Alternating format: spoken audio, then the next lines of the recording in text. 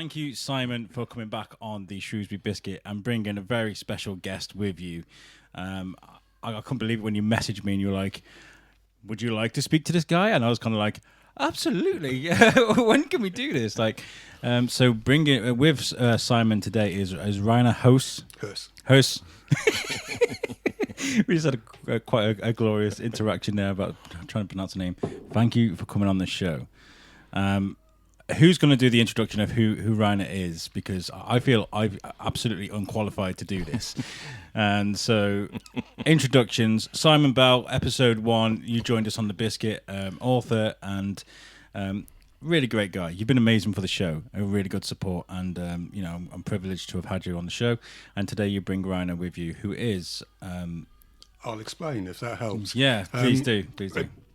Probably to put it in context, Rainer and I have known each other for a number of years through a joint interest. Mine is an interest Rainer's has been thrust upon him in Auschwitz, the Holocaust, challenging hate, challenging the rise of the far right, trying to make sure the lessons of the past are learned. Rainer's connection to the Holocaust is more specific than most people in that his grandfather was the commandant of Auschwitz. So his grandfather was the man responsible for over 1 million people dying within that camp and also for deaths in other camps. Rainer's way of dealing with the heritage of being the grandson of Rudolph Hoess is to campaign against the far right and with me to set up a thing called Footsteps, where we look at trying to remember the footsteps of those who walked to death and suffering in the Holocaust and other genocides and try and find ways to, as I said earlier, challenge hate today. So briefly, that's who Rainer is. Thank you for joining us. Thank you. It sounds like an amazing journey you've had. I wouldn't say it is amazing. It is amazing, regardless of the emotions that I felt in there. What the journey that you've had through your life is extraordinary. And but when did you, as a young age, when did you first realise what your family was about? Your family history. When's the first time you kind of remembered and went, oh my God, really? I think the first time I realized, it was not the clear fact I have today. Yeah. It was only the situation. I saw the name Hoess the first time in a concentration camp in Dachau. Yeah. And I was a little bit shocked. Well, the written was the same like my name. So then I called my dad in the evening and asked him and said, no, it's a spelling mistake. It's Hess. I said, ooh, Jesus, I'm happy. Well, on the blocks in the concentration camp, it was written, it was one of the worstest mass murder in 20th century. Yeah. Killing 1 million people. And said, Jesus. Yeah, so it's not a mistake that would be made easily, was it? I don't know much about German names, but I'm guessing Hoess isn't common, Jones and Owens and Williams is not a common name. So when you see that, you think, that's quite a coincidence. Yeah. And how did it affect you when you were younger? Going to school, things like that. Was it common knowledge who your grandfather was? Going to school, I think in my school period, it was not bad. Yeah. So in schools, it was not taught about the Second World War. So it was a secret in Germany. Oh, okay. So it's one of those things. Just don't talk about it. Yeah. Yeah. So when I'm coming, I start my training as a cook, and came home and I saw these 2 books in the bookshelf. So my mom has the bookshelves around the stairways. Yeah. Around, and I saw these 2 books: The Commandant of Auschwitz, Rudolph Hoess, and I saw the other book, People in Auschwitz, from Hermann Langbein, a survivor, and said, oh, Jesus. It was not thinking about the commandant, it was, they made a mistake again. Yeah. Instead of Hoess or Hess, they wrote Hoess. And before I could grab these books out of the shelf, my dad comes out like a wizard. He got slapped left and right, and he took these books away and said, you never will read these books. So explain a 15-year-old kid that he never will read these books. So I went down to the kitchen to my mom and asked her that what happens with these books.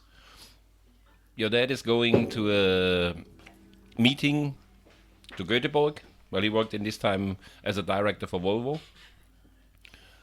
So after he went there, you get these books. And that's what she did. And after I read these 2 books, I packed my stuff and went out of the house and never get back. Really? How old were you? 15. Oh my gosh. Yeah. That's crazy. The book, The Commandant of Auschwitz. Pull that mic right into you. The book, The Commandant of Auschwitz, is the memoir of Rudolph Hoess, written when he was in jail in Poland prior to being hanged. So it's his account of his life, his involvement with the National Socialist Party, his involvement with the concentration camp system in Auschwitz, and it's his sterilised version of his life, where he's Very sterilised. he's tried to redeem himself. So he wasn't very candid. He kind of missed No, a few things out. yeah. He was kind of like, well, But it is his account. Yeah. There are faults in the account and there are untruths in the account, but it is his account, and he wrote it fairly enthusiastically and spoke quite willingly to British investigators, Polish investigators. American. He gave evidence at the Nuremberg trial, so he wasn't a defendant at the Nuremberg trial. He was a man who gave evidence against the main defendants in the first trial. okay. So you read these books. You ran off. Who did you go stay with? Was it just did you make yourself homeless? Did you? I don't know. Do you have family members that you could go? I was in training in that time to become a cook. Okay. And my boss, which I didn't know in that time, he was also a product of the Second World War. He was a kid out of the Lebensborn. Okay. So Lebensborn is like a breeder home with blue eyes, blonde hairs, stuff like that. Yeah. So he never met his father. He only had a mother, blunt, blue-eyed. Yeah. And he helped me. He said, I know who you are. I know the stuff about Auschwitz. I know all that business around. Yeah. So and he became my closest friend until he passed away in 2015. That's really amazing. And you know, it absolutely fascinates me how Germany just goes on living after the Second World War. You know, how the perceptions on things that happened, and you know, your story must be amongst a few hundreds, thousands, maybe of people have just done horrific things. You know, that you've got to live with. The rest of the family you've got to live with after generation after generation. You know, so did you meet many people that have been through similar experiences as you? You know, family members that have done horrendous things because of the war. I think a close friend became Niklas Frank, Yeah. the son of the general governor of occupied Poland. Then I met Bettina Göring, the grandniece of Hermann Göring. Yeah. Yeah. And how did it deal with that? How do you deal with something like this? On the beginning, it was really, really strange, difficult. Yeah. Well, I have to find my way. So I went up on the beginning when I left my home in drugs and alcohol, criminal activities on roads. We've all had lives. Yeah. But then I became a father in the age of 17. Fantastic. Yeah. And everything has changed immediately. Yeah. Good. I'm glad you managed. I'm really glad you managed to piece something together out of all this, because there's some people's minds that just wouldn't be able to cope with that kind of information. You know, you can just imagine it. You know, and when was it when you decided that you were going to take this destiny of yours, this history and everything that you know your grandfather was responsible for, and try and make a difference, start trying to change things for the better? I think it was clear from the beginning. Yeah. It was my path. Yeah. From the beginning in the family. Well, my grandmother always said, you're not a true Hoess. We can't trust you. See, that's crazy, because I mean, I'm not going to speak bad about your family, not at all. I wouldn't want to do that. I have no problem with it. No, it's just not in my nature. But at the same time, it's kind of like, well, how can you look at these things and not be horrified? You know, surely all of your family members should be doing the same thing you're doing. That's the point I'm trying to make. I think it is until today horrifying for me. Yeah. When I go to Auschwitz, and I was no more than 30 times in Auschwitz with over 4,000 students. Yeah. I need time. And I think Simon knows it. He was with me there on the 70th anniversary. And it was an impact. It was really a media impact there. They take no notice about the survivors. No. That was really things which I don't really like. So I have to stay away from survivors in the same moment. Yes, it must be really difficult. Well, we had to do that on the 70th anniversary. It was a major media event. The world's press were there in their thousands, and the focus should have been on the survivors, and we were very conscious of that. There were probably 300 survivors at Auschwitz for that event. the most that will ever be again, because sadly their numbers are diminishing. And to have an abundance of press attention on Rainer felt wrong for all of us when there are survivors there whose story was probably more powerful and more relevant. I guess it's the ratio of things, isn't it? You know, and this isn't meant in any disrespectful. I'm not making any sort of dig or anything like that. But you know, the survivors, you know, they've gone on and made their generations and they've grown. You know, whereas people like yourself, like they've probably come really slim numbers, I imagine. Like, you know, so they're kind of like, oh, this is the jewel in the crown. What's it like to be the product of a monster, or whatever words they want to spin on it, you know, the press work, you know, so I guess that's probably why. But you shouldn't be doing that, you know. These people, that the families that went through what they went through horrendous things. They got amazing stories, and like you said in your first interview with us, like the stories that you've heard are, but just, you know, I can't imagine. Just can't imagine. So yeah, it's wrong. It is wrong, but I can understand why, if that makes sense. That, you know what I'm trying to say. There is a flip side as well, because Rainer has made it almost a mission to campaign against the hate that existed during the period of National Socialism. And if possessing the name Hoess and being descended from the commandant of Auschwitz can be used as a tool to be given a voice, to be heard by the press, to be heard by the media, to be allowed to speak in front of audiences, to be a weapon. Yeah, it makes sense to me, because like I imagine, like when you go around Auschwitz, is your grandfather's name everywhere? Oh, of course. Yeah, is it like? He's the symbol there. So people know that name because of Auschwitz. When you mention his name, it's like, oh. Yeah, but you won't see his name written around Auschwitz, but the whole essence and existence of Auschwitz is him. Yeah. What was it like for you going? I don't know how intricately you kind of, when you go to Auschwitz, how detailed your walks around are. Have you been to the quarters where he used to live, for example? Have you been to his office, things like that? You know. I think I'm the only one right now who was in the villa. Yeah. So everything was in the garden, which the part is still existing right now, and I know every centimeter in Auschwitz. Yeah. And I know as well these spots which is not in public right now. What's that feeling like when you stood there in the same room that your grandfather operated in? Well, what's your feelings like when you stood in there? How I explain that feeling? It puts my heart pressure up. Well, I know, so Simon knows it, I can't touch anything there. So when you see me going inside, my hands goes immediately in my pockets. So I don't touch anything. Why not? I will not have a connection with my grandfather. No. I will not have. I know it sounds a little bit stupid. No, not at all. But I will not have any stuff from his side on my fingers. I will not be part of his slaughtering, of his brutality. I like that. I mean, you are in this. I mean, if you and your grandfather lived at the same time, at the same age right now, you'd be his nemesis, wouldn't you? Yeah. Yeah, that's the way to look at it. But I feel him with every step I'm inside Auschwitz. I feel him. It's like he's sitting and breathing in my neck and sitting in a backpack. So in the beginning, I was really scared when I was the first time there with my mom. Well, she asked me, would you take me with you? I said, of course, no problem. And we went together there, and it was unbelievable for both of us.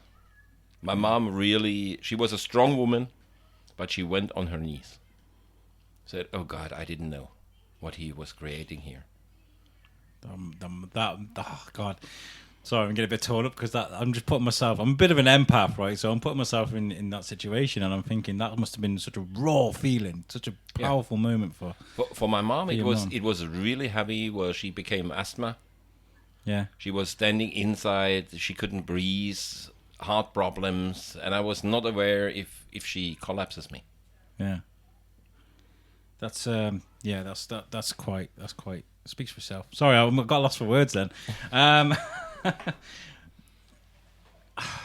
How's time affected this with your family? Are you still absolutely no word with them, or are you still? Since 1985, no contact. None at all. That must be hard for you. My mom was the last one I had contact, and she passed away last year. Crazy, crazy, crazy.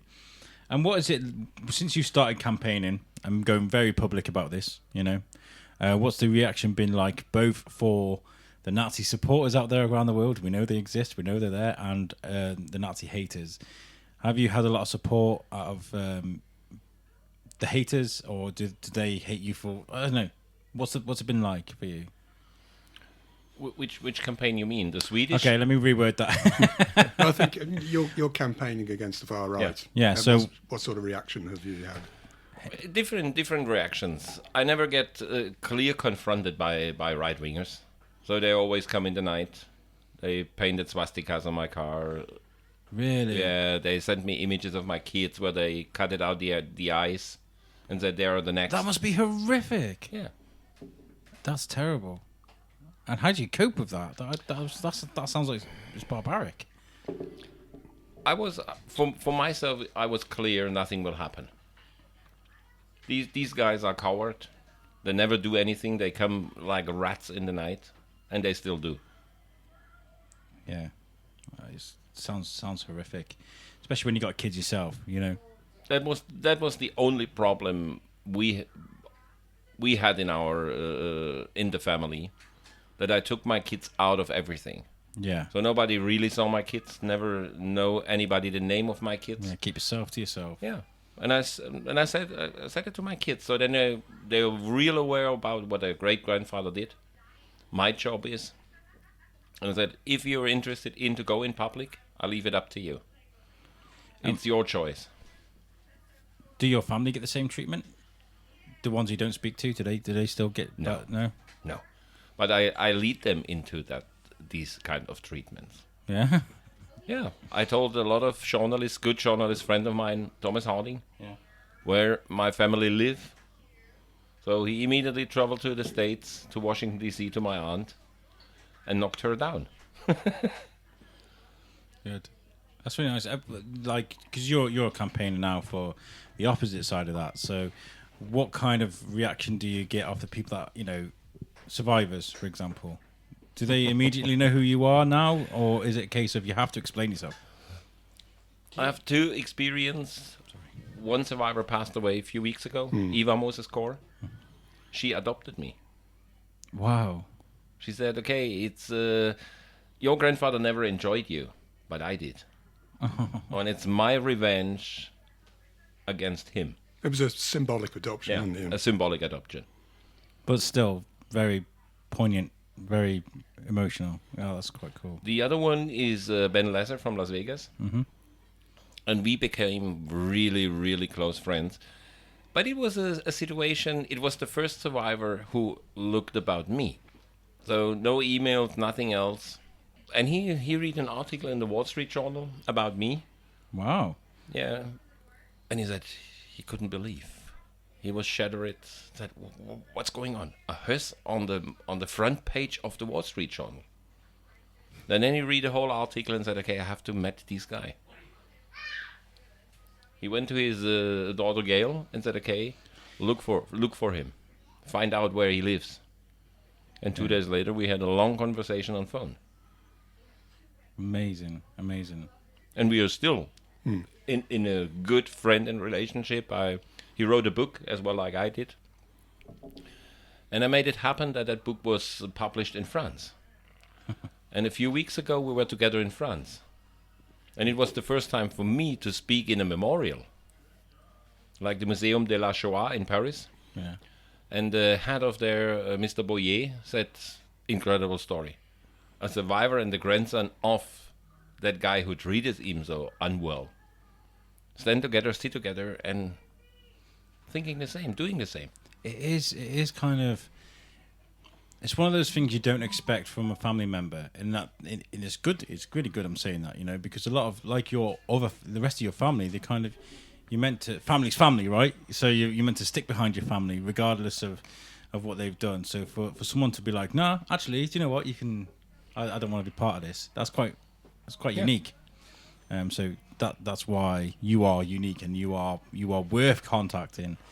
What's it like? Say for example, now we're on the way out, Steve next door, he's been to Auschwitz before. Said it was really eerie and emotional for him. But say I said, this is who you are, and his granddad was the commandant of Auschwitz where you went. Can that be really annoying for you because then you have to explain, put into context? No, I think it's part of my work. Yeah. Oh, that's nice. That's really cool. I mean, obviously, you need the right to some privacy and relaxation, and of course. But we were at Cosford earlier today, chatting to a woman who is English but had spent a lot of time living in Germany, and we were talking about the current political situation in Europe, in Britain, and America. And I looked at Ryan and said, "Shall I tell her who you are?"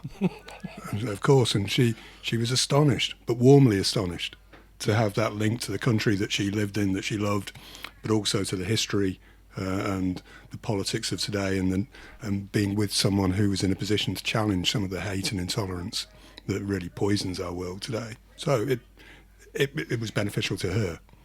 And she went away with, Rainer mentioned Ben Lesser, the guy who read the Wall Street Journal. Ben has a foundation called the Zahor Holocaust Remembrance Foundation. Zahor is a Hebrew word for remember. And we gave her a badge, which you've now got. Oh my God, I saw this on the documentary. Yeah. I'm actually smiling from ear to ear now. This is amazing. So that was the parting gift for her. So she's met the grandson, she understands the grandson, and she has that as well. That's amazing. And how did you two meet? What's the story there? We contacted each other via social media back in 2013, 2014. It was a long time ago. 12, quite possibly. And then conversed and started Skype conversations, and we were linked in with a couple of other people, an American and a British woman, and we pondered the 70th anniversary of the liberation of Auschwitz and what we could do about it. And one was to be there, because it was an important event, but also to use that event constructively, which is where we decided to set up Footsteps, initially as a Facebook page and website, but with a view to creating something more important. So we've been working closely together for a number of years, sharing ideas, planning, trying to be creative in how we can try and challenge hate responsibly without obviously sitting with one political camp or another political camp, not allied to any politicians or parties. It's up to everyone to learn about this, isn't it? You can't just be like, well, actually, I'm very right wing. I won't say I'm an activist, so but you should still learn about these things, because otherwise you're going to use to back up yourself. And you work hard, man. You are everywhere. I see you doing talks here, there, and everywhere. You're currently working on new material for your new book now as well. So you work extensively, and a lot of your work is connected with Rainer. Communicate a lot together. Whenever I give a talk, it'll be about the Holocaust. It will be about the Second World War, but it will be a talk that always carries a message of look at the lessons of history and make sure you learn them. Look at the language that was used in the Holocaust. Look at the attitudes of the powerful people to the less powerful people, and how hate was facilitated and enabled. And look at the world today, and look at the language used today, and look at who the targets are. Change Jew to Muslim to refugee to asylum seeker to Mexican. Yeah. And I was going to ask you about that, actually. I was going to ask you about and we wrote a book together. Yeah. A booklet. You always call it a booklet. It's just a small book. It's a small book. If it was fictional, it'd be called a novel. But it's really nice that you've got that relationship with each other. Because there's lots that are coming out of it, and we're not just talking about reading materials. We're talking about education, lessons that we can teach people about the rhetoric of hate, and like you said, the language that keeps coming back, because everybody sees it. Everybody sees it again and again and again, but what are people doing about it? I think when you're looking right now to America, and you look to England, and you see these blondes, I don't use the word right now, which I always use, but it begins with A. For me, that's exactly what happened in 1933. Yeah. Mm-hmm. And people who are using their position in a bad way. Yeah. And these detention centers in America, I understand the problem. I understand. We all know what the problem is, and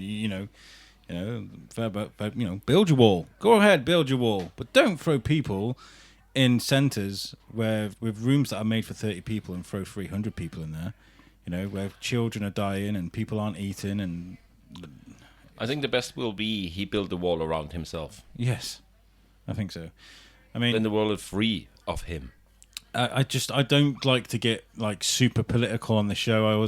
We had Extinction Rebellion on the show a couple of weeks ago, and running up to that show, I was kind of like, ooh, how do I approach this without taking one side or the other? Because even though I've got my own like things that I prefer and my own way of thinking about politics, it's still better to cover these things, which is why I love having you guys on. I just need to put it in a way where I'm not looking like I'm going, I am very left wing, I'm very right wing, but but the message is still the same. Hate is hate, right? Exactly. And what you're talking about now is the language that I've been used today, and the way people are going about things is very hateful. Oh, of course. And look at the language that is used and compare it to not just the Holocaust, but every other genocide where the victims are dehumanised. Yeah. They're dehumanised by referring to them as cockroaches, as vermin, as infestations, as a cancer, as an invasion. That takes it takes away the humanity of people who are often very needy, or who are vulnerable, or who are just our neighbours. If you dehumanise people, it becomes easy to harm them. Every genocide, they dehumanise people. And every genocide, you can look back at that period of time and see where the warnings were glaring out and people did nothing. Yeah. And we have lots of warning signals being flashed now, and a lot of people are doing nothing. We need to be alert. We need to be alert to the propaganda we're hearing. We need to be alert to false messages that are coming from politicians that are provably wrong, that incite hatred. We need to be alert to the hate mongers on social media, who I won't even bother naming. The people I mean. Yeah. Because they reach a wide audience, and that wide audience, a lot of them will just take that message on board without challenge. And I've just seen a documentary as well on Netflix where adverts on things like on Facebook and things like that are being tailor-made for you to push you over to a different way of thinking by making adverts that are tailored for you, or pop-ups or videos or things that are trying just to try and move you to from one side. They say what they called the people are just in between. They're not right, they're not left. They're just kind of, I don't know. They'll then show you lots of videos and things that will try and persuade you to move over to the right or to the left. And so, like you're saying that, but they're very clever about it. Very, very clever about it. It's not just propaganda now. It's very technological how they do it, and it's scary. Really scares the hell out of me. It really does. But it works the same way as Nazi propaganda. If you repeat a message enough times, much faster in modern days. Yeah, it becomes believable. You don't need the mass rallies of the Nazi era. You don't need every home to have a radio set of the Nazi era. You've got everyone in a house on an iPhone or an iPad or on a laptop, looking at Facebook, looking at Twitter, looking at Instagram, and having these adverts and targeted messages on their screen. And if you read that targeted message enough times, you can, that might be true. Yeah. You don't investigate. People don't investigate in the way they would have done of reading books, of checking the sources of the author of a book and seeing where those sources are from, whether they're reputable, whether they've actually got an agenda. People just receive the information on their screen and accept it unchallenged. We need to be alert. Propaganda has changed. Methodology has changed. Its impact is the same. Its impact is probably even more effective now. Yeah. And what can we do I know you're making footsteps. I guess is footsteps made for survivors of the Holocaust, or is there a deeper message there that can be... It goes beyond the Holocaust. The Holocaust was our starting point. The main focus. Yeah, because of Reiner's heritage. Yeah, absolutely. And the link to Auschwitz. And footsteps, a word, really means walking on the selection ramp at Auschwitz, in the footsteps of people who died. And it was not made to promote ourselves. No. So to get a wider audience, well, I'm the grandson. Yeah. I think it's our main interest. Yeah. But it's looking beyond the 1930s and 1940s. Yeah. It's looking at other genocides. It's looking at attitudes. It's looking at finding a way through social media and through website and through giving talks and interviews of spreading that message, of getting people to challenge hate, look at the messages they're receiving from multiple sources, looking at questioning that information, looking at being inquisitive, looking at being curious, looking at seeing your fellow human beings as human, not as the vermin, the cockroaches, the cancers, the invasions that the haters would have you believe. So we Currently, it's a Facebook page and a website, and there are 4 or 5 of us involved in Footsteps. Myself, Rainer, Simona in Holland, Inga in Germany, Inga in Germany, Giuseppe. in Germany, Jess in England. So we're a handful of people who will all use whatever means we can to spread information, to get people to think. And we're looking to different spots. Yeah. So Giuseppe, our Italian guy, so he lives in Germany, but he's an Italian, and he's gay. Yeah.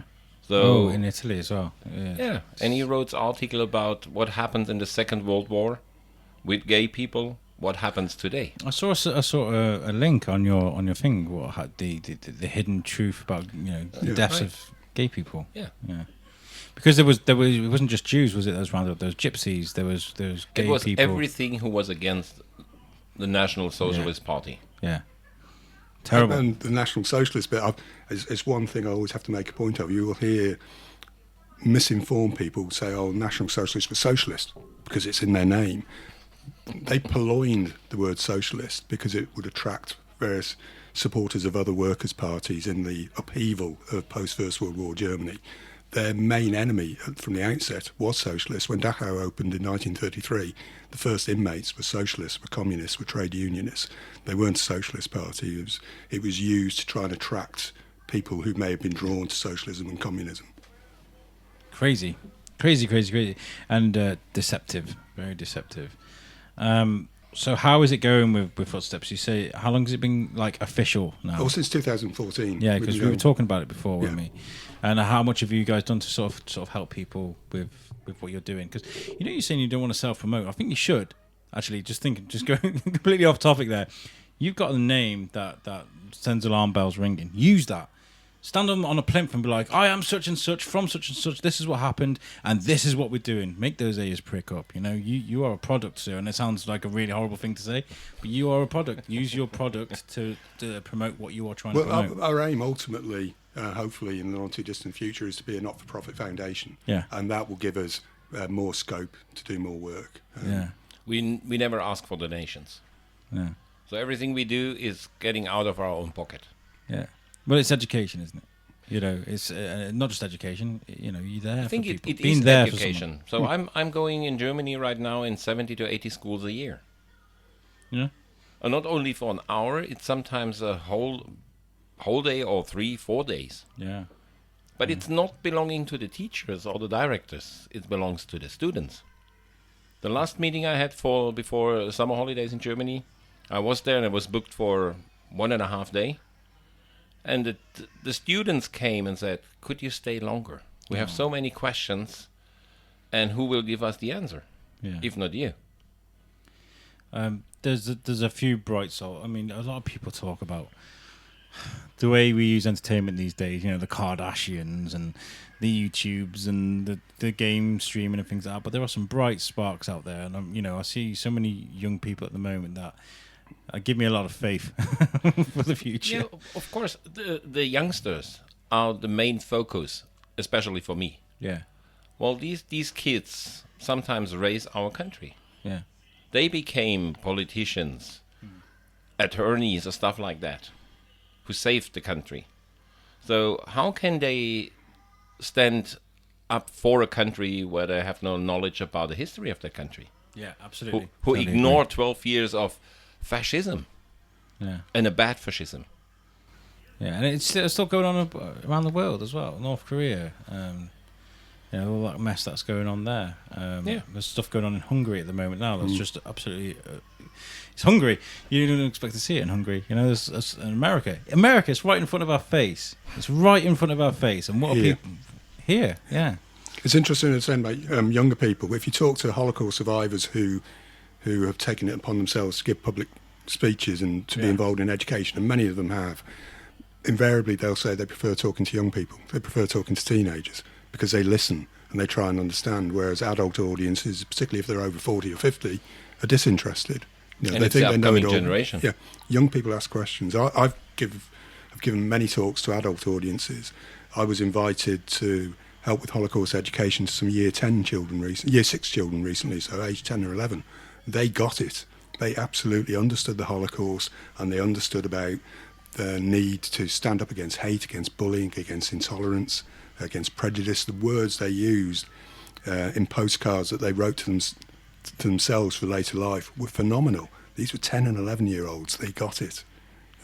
I don't think I'd have got that from an adult audience. I think it's coming. I think something's coming soon. And I don't want to sound like some sort of conspiracy theorist, but there's a lot of language used on social media right now where, people are being stood up for, And then there's all this craziness that's gone on recently about Area 51. Let's storm Area 51. Let's get those aliens, yo. It was absolutely crazy. Celebrities getting on board with it and everything else. I was like, yeah, the passion's great. The desire is fantastic. And the whatever. But let's just steer it a little bit and put it at the detention centres on the border. Let's just do that instead of Area 51. Who cares what's going on there? Let's save some people. So like things are changing, I guess. And you guys seem like you're doing your part to try and I think we change a lot of people. Sounds like you do. Yeah. Right now. Yeah. When I see our followers on Facebook, when I see the followers on our website, when I see how many people get in contact with us, not only how could I call myself a big shot or something like that? I don't know if that's the right word. We get some lovely messages, usually private messages via email, where people are just proud to be trying to do something and to let us know, that they understand, that they care, and that's quite warming. We were in. Ryan is obviously always in Germany, but we were in Germany last year for the. You sounded very resentful then. He's always in Germany. He never comes to see me. we as a whole team, we're in Germany for the Holocaust Memorial Day, 27th of January, in the Black Forest, with Rainer and with Ben Lesser, the survivor he mentioned, who's from Las Vegas. We invited him, and it was one of the most magical events where. Ben and Rainer gave her a number of talks, but one talk was in a hall in a small town called Bad Liebenzell. And in that hall, during the 1940s, Nazis held rallies. So we have an event in this hall where there were 600... nearly 700. Nearly 700 people in there, mainly young Germans. And it was the place where I get trained as a cook. Yeah. Wow. Yeah. So an audience mainly of young Germans. Rainer takes to the stage the grandson of the commandant of Auschwitz and introduces his good friend, the survivor of the crimes of the commandant of Auschwitz, who also survived other camps. And then Ben spoke for an hour in English. Thankfully, most of the audience could understand what he's saying. And he related his story from childhood in Poland through to fleeing to Hungary, through to being detained, ending up in Auschwitz, Dachau, and then America. And at the end of his talk, he asked everyone to hold hands with the person next to them and just repeat the words, never again, never again, never again. He finished his speech. The room erupted. 700 Germans in a hall where the Nazis had held rallies, listening to the grandson of the commandant of Auschwitz and a survivor of the crimes of the Nazis, and the emotion was just overwhelming. And then there was a queue to the end of the hall of all these young people wanting to meet the survivor of the camp. It's quite magical, and at that point you realise the Nazis lost, because these young Germans were embracing the survivor. They were proud to be with the survivor. They were proud with the hope that he was instilling in them. It's nice. It is nice, and thank you for doing that, because without it wouldn't be not possible without people like Simon. Both. It wouldn't. Yeah. You can't Simon, do it alone. That's impossible. With you, I guess you were kind of born into it. You just kind of like, okay, this is my life now. Whereas with Simon, there was a desire there to find this out, to learn about this, and to put your education and everything you've learned into something good. And thank you both, all three of you. There's another chap here sat next to me. Because what you're doing is you're taking the next generation and you're trying to teach them the lessons, but you are trying to teach them the lessons about the past and what we've done before and what we've continued to do. But my question is, and it's going to sound really kind of dark and really negative, but I'm really sorry, but do you think, okay, so there's a cat next door, right? And he just kills birds, leaves them on the lawn, buggers off, doesn't eat them, kills for fun. Do you think it's in us a desire to kill for fun? To to be we're a cruel race. Do you think that's inbuilt in us, or do you think it's something? My background, as you know, previously was in mental health care and working with criminals, and I would say that most people who do dreadful things have been nurtured that way. They've been created. Situations have occurred in their life that take away their ability for empathy, sympathy, compassion. So I don't think we're innately cruel, but we have the facility and ability to be cruel. It's inherited. Again, look at every genocide. Good, decent, normal people became abhorrent, vile, violent, cruel criminals. Yeah. You know, someone who would just normally be a shopkeeper or a milkman or a factory worker would happily put on a uniform or pick up a panga or a machete and dismember their neighbour or force neighbours onto trains or into camps. Or I think it's part of the society as well. They create criminals. Yeah. So when I see it in Germany, so we have Muslims, we have refugees, they place them in, I call it camps, in suburbs. Yeah. Completely away from the society, from the normal life. What did they expect? What happens on the end of the day? Yeah. Yes. Did they become citizen of Germany? No. They follow their own rules. They must survive. I know. That sounded like a really skeptical thing to say, but it's got to be asked. It's got to be asked. Like, do we kill for fun? And is it something that's inbred into us? I think it definitely, absolutely, 100% helps what you guys are doing. But without you guys, just say we just left it up to the education system. Do they do enough? There needs to be consistency in Holocaust education particularly, and that Holocaust education has to include the others who died during that period of time. So 6 million Jews, but with 5 million others, the Roma, Sinti, Jehovah's Witnesses, political opponents, homosexuals, and all the others. People need to be aware of that. It needs to be taught in context with other genocides in the world today. And there needs to be a structure to it. Holocaust education is taught at Key Stage 3 in the United Kingdom, but it's not clearly prescribed who's going to teach it, what age it's going to be taught at, for how long, what the aims and objectives are. So that needs to be consistent. And we need really consistency Europe-wide, but also in countries like America and Australia and South America, everywhere. People need to understand that period of history. They need to understand about other genocides. They need to understand about war, and perhaps in some areas of the world it needs to be the wars that are more relevant to their geographical area. If you're in East Asia, the concept of the European wars is that they're almost irrelevant because they didn't have an impact. I think the most astonishing thing about all this is like, we can talk about Genghis Khan, you can talk about the Vikings, you can talk about the Romans and what they did to people across Europe with picture books and drawings, but there is evidence, there's pictures, there's videos, there's footage of what happened in these concentration camps around the world. So but we have deniers. We have people who deny the Holocaust. It's crazy. So I worked for years to get war criminals on trial. Oskar Gröning, the bookkeeper. Yeah. I worked for years that he get judged. And it was really a heavy work to get survivors on the platform. Because in Germany, we don't think something happens. Yeah. So they're really losing hope in that moment.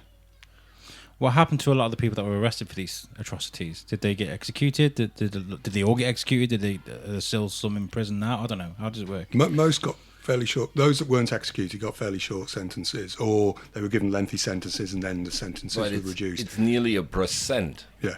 The problem, in part, the multiple factors come into play in Europe, particularly that the looming presence of the Soviet forces in Eastern Europe and the eastern half of Germany, which eventually became the Cold War, the number of criminals that needed to be investigated and arrested were beyond the scope of the Allied forces. There was too many to find and too many to process and prosecute. They couldn't do it.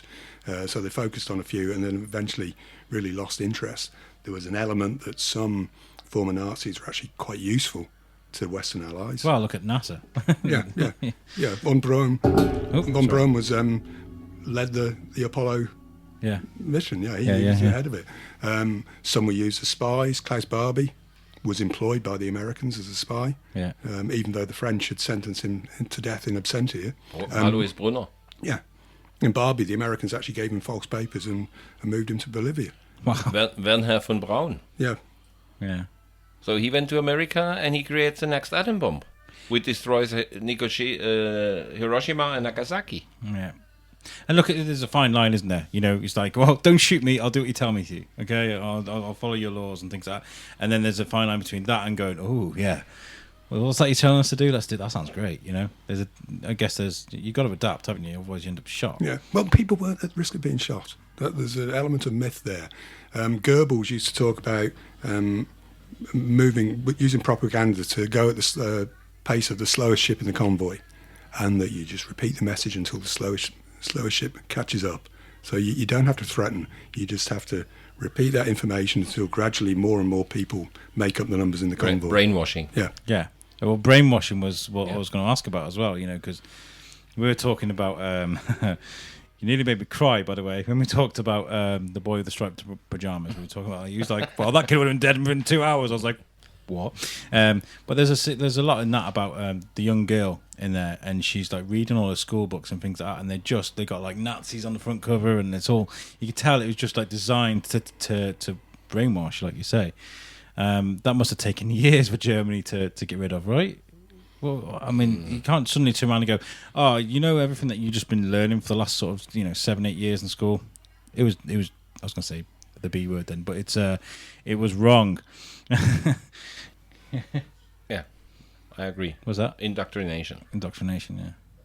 If you said to someone for years, he's a stupid person, Yeah, on the end he believes he's a stupid person. yeah. You can crash someone, slap him verbal for years. Then you slap someone. You completely break his personality. Yeah, And that's exactly what happens in Germany. yeah. It just always fascinates me. Like, I've got an American co-host, and the little things that get lost in translation, the way he does live, the way I do live, the way Germany does live, and like especially after the war, it's always fascinated me, like kind of how things just went back to normal. I mean, it didn't go back to normal. The country was split in two, but it's just like, how do you go from that to that? I guess it must have been really difficult, especially for you. You had to run away from your family. Yeah. I never have a remorse about it. No. If they not turn around in the way that they said, okay, he was a war criminal and not that glorifying war hero. Well, he was anything else than a war hero. Yeah. He was a criminal. He was a mass murderer. Yeah, it would have been nice if they'd have sat you down and went, sit down, son. Yeah. I've got something to tell you. Yeah. Yeah, that makes sense to me. And so you're in Shrewsbury at the moment. How long have you been in Shrewsbury, or you've been about? Until the 18th. Yeah, you've been here for a few days now. Yeah. Yeah. Well, in the region, really. So. Yeah. So we're staying in Wolverhampton. Oh, right. Yeah. Poor soul. I'm joking. He comes from Wolverhampton. Be careful. Oh, that's fine. He'll understand. And he has a stick. Do you come to Shrewsbury often? You enjoy it? Yeah. Yeah. The town here. It's nice, isn't it? Oh, it's really nice. It's a beautiful place to come. And it's it's an absolute pleasure to meet you, Simon. Thank you so much for bringing this to my house. This is great. My pleasure. I had because we had you told me a few days ago about this, and I was like, okay, we need to sort something out. And I wanted to do this in like a coffee shop. We could have done this in front of people easily and charged £2 on the door. People would have loved it. That's what you bring to the table. So with footnotes or footsteps. My mind is gone. It's broken. With footsteps, use what you've got there, because you've probably been told that before by smarter people than me. I was going to say, last thing, Story of God documentary. I've just watched a bit of it with Morgan Freeman. Yeah. What was that like? I mean, the footage looked very raw to me. It looked very like, oh my god, this is real. It looked very difficult for you. Not really. For me, it was really an honor to meet Thomas Kraus. Yeah. To be invited by Morgan Freeman and his team. Yeah. To be there a couple of days in Terezin. Did you meet Morgan? Yeah. Yeah? What's he like? He's a cool guy. Yeah? Yeah. Good. That's what I wanted to hear, because I love Morgan Freeman. If you'd have said, yeah, it would have upset me. But no, it's good. But I think it was another message as well. Yeah. Very, very important message. So Yeah. Thomas' father was the first one who get deported from Terezin to Auschwitz. He survived. Yeah. So, and 75 years later, I stand together with his son and me on a cruelty place. Yeah. When you were speaking and you were just, had you met previous to that, or had you met and had a conversation before they put the cameras on you, or was that the first time you'd actually walked? It was the first time I saw him. Yeah, because it sounded like when you were talking to each other, it sounded like he was trying to weigh you up a little bit. He was kind of like, no, I think we had the same task. I was in range as well, like him. Yeah. So we know each other by mails. Yeah. So, but the team itself didn't give us any chance to communicate. No. So it was just kind of like, they wanted to get the capture of the moment. And this is what I'm on about. It looked a bit awkward. No, I won't say awkward. It's just like, what's the best way to describe this, Simon? Because it looked unrehearsed. Unrehearsed is the word I'm looking for, but it looked raw. It looked very raw. So when you saw Hitler's Children, it was the first time that I met some Jewish kids from Israel. Yeah. And they really didn't understood Germany. So they get told in Israel, don't go to Germany. They're full of Nazis. Oh, right, okay. When then you went in and they had no clue, I had no clue what happens next. Yeah. It was not planned. That part in the film was not planned. Yeah, and that's nice. In a way, that's good. They wanted to capture that, and that was made for a reason. National Geographic, isn't it? Yeah. You know, it's all about life and those things you have to deal with. That was an amazing thing for Morgan Freeman's team to do, and I would definitely recommend it. It's on YouTube. It's a National Geographic documentary, and it's called The Story of God, and it explains the sins, what people have done over and over again. Like we said, this kind of this language, this rhetoric that's repeated over and over again. And he meets people that are either victims of or have been around those certain sins. Those ultimate sins that people have made. Deadly sins, it's called. Yeah, terrible. Thank you so much for coming on my show. Thank you, we invited. It was amazing to meet you. And, you know, with Footsteps, if there's anything we can do, if there's anything that's in Shrewsbury, anywhere, I don't care. We do Shrewsbury Biscuit, but this is really important to me. If there's anything anywhere you want me to advertise on my social media, talk about on my show, you get in touch, sir, and you'll be on my priority list because this is really important. And I genuinely, I thank you on behalf of all my listeners, my friends, my family, everyone, for doing this and teaching young people that it's not acceptable to hate, regardless. There is no need. Yeah. Not only in acceptance, there is no need to hate. Yeah. Do you encourage people to get in touch with you? Is there anywhere people can find you if they want to get in touch? Yeah. Yeah. Let people know where you are at then. And the best contact to contact Reiner or Footsteps as a whole, if whichever people prefer, is via the website. So www.footstepsonline.com, and there's a link for emails if people want to send them. Fantastic, because I bet people, I bet there's hundreds of thousands of people with stories up there that people just haven't spoken to people. You know, it'd be nice to get all those sort of. We had a story. It was Shane actually, my co-host, who came up with the idea called Memoirs of a Salopia. We were going to go around and speak to older people of older generations and speak to their lives back in the day. You know, what the places they used to work in the '60s and the pubs they used to drink at, things like that, because we want to get the stories that grandfather or your nan or your dad always talks about and so, he's going on about that again. Get that on a microphone and get it up on here, because in 20, 30 years, those stories will be forgotten. Yeah. And so exactly what we did. Yeah. Or what we do right now. Yeah. Yeah. We are collectors. In some way, we are collectors. Information, so he is close to Kitty Hart Moxon. Yeah. Fantastic. So guys, if you've got any stories for us, but for that, get in touch. But also, if you do have any questions, my listeners, for Rainer, for Simon, you can email us, shrewsburybiscuitpodcast@gmail.com, or you can just message me, inbox me on Facebook, and I can forward those messages to Simon or to Rainer, opening for your friend request or something, and we will try and get those questions answered, because what we've talked about a lot today is hard hitting, but it would affect probably a lot of people that listen to this show, so I would imagine. So look, I'm gonna let you get out of here so you can carry on enjoying Shrewsbury. You're gonna go out for a pint or something after this? Oh, who knows? I recommend the Prince of Wales. It's a great pub. Anyway, guys, thank you so much for joining me on the show. It's been an absolute pleasure. Make sure you give this episode a bit of a share. Tell people about it. I've really enjoyed speaking to these guys. It's actually been quite emotional at times, and they've given me a nice what's it called again? It's the It's the pin. The Sahor pin. And the way you explain, actually, before we go, the way you explain this is you pass this on to your children. You pass this on to your children, and they pass it on to the. Fantastic, right? Brilliant. I'll take a picture of that and put it on my. Right now, over 2.5 million went out. Fantastic, and I have one. And it's a sign of hope, right? Yeah. It means remember in Hebrew. Remember. Yeah. Sahor. Zachor. Fantastic. Thank you, guys, and make sure you join us next week. Raina, Simon. I've got to explain, right? I've just had the busiest blooming day today. My head is all over the place. I forgot. Simon's he's biscuit royalty. Simon, and thank you as well for joining me. It's been a really great episode. Thank you, guys, and peace out.